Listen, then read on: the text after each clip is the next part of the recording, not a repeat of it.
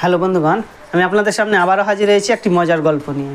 অর্থাৎ এক দরিদ্র গরিব ব্যক্তি তিনি নিজেকে নিয়ে প্রশ্ন করছে যে হায় আমি কত কষ্টের মধ্যে আছি, কত আমাকে গরিব করে, কত আমাকে দরিদ্র করে আল্লাহ পাঠিয়েছেন যে আমার জুতো কেনার পয়সা নাই, আমি যে রাস্তাতে চলাফেরা করব তার জন্য যে জুতোর প্রয়োজন সেই জুতোটুকুও কিনতে পারছে না।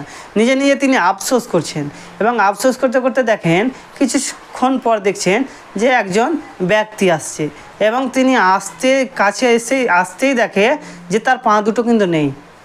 তিনি এক ধরনের সেই লোহার এগুলো দিয়ে তিনি আস্তে আস্তে করে এগিয়ে যাচ্ছেন। তখন তিনি তাকে দেখে প্রশ্ন করলেন, সে নিজের উত্তর নিজেই পেয়ে গেলেন যে প্রশ্ন করেছিল। অর্থাৎ আমি তো বলছিলাম যে আমার তো জুতো কিনতে পারছিলাম না, সেই ব্যক্তি দুটোর তো পা দুটোই নেই, অর্থাৎ আমি অনেক তার চাইতে সৌভাগ্যবান।